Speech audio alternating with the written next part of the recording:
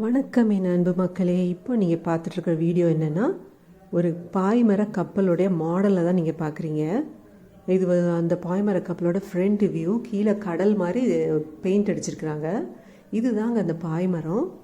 கப்பலுக்கு பின்னால் ஒரு ஸ்லாண்டிங்காக ஒரு கம்பை நட்டி அதில் தொங்க விட்டுருக்காங்க பாருங்கள்.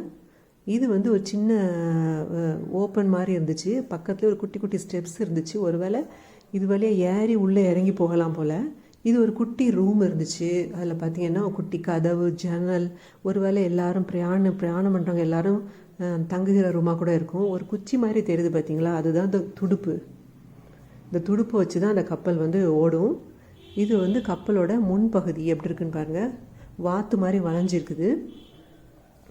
அந்த காலத்தில் கரண்ட்டு டெக்னாலஜிலாம் இல்லாத நேரங்களில் நம்முடைய மூதாதையர்கள்லாம் இப்படி தான் பிரயாணம் பண்ணாங்க போல்.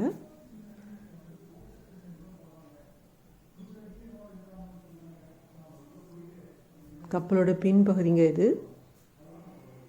கப்பலோட சைடு வியூ எப்படி இருக்குன்னு பாருங்கள்.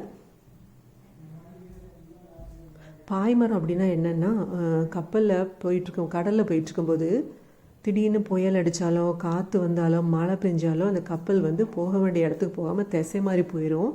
ஸோ அந்த நேரங்களில் ஒரு திக்கு துணியை பின்னால் கட்டி வச்சுருப்பாங்க. அந்த துணியை அவுத்து விட்டுருவாங்க. நீளமாக அந்த துணி உயரமாக நிற்கும். அது என்ன பண்ணும், அந்த துணி காற்று பலமாக அடிச்சிச்சுன்னா அதை தடுத்து இந்த கப்பல் எங்கே போய் சேரணுமோ அந்த இடத்துக்கு கரெக்டாக போய் சேர்கிறதுக்கு உதவி செய்யுங்க. அதுதான் பாய்மரம். இந்த இருக்குது பார்த்தீங்களா, இதாங்க பாய்மரம். அந்த காலத்தில் இதை வச்சு தான் ட்ராவல் பண்ணியிருக்காங்க. பாய்மரத்தோட ஃப்ரண்ட் வியூ இது. ஓகே, இந்த வீடியோ உங்களுக்கு பிடிச்சிருக்குன்னு நினைக்கிறேன். இன்னொரு வீடியோவில் உங்கள் எல்லோரும் மீட் பண்ணுறேன். அது வரைக்கும் தேங்க்யூ ஸோ மச்.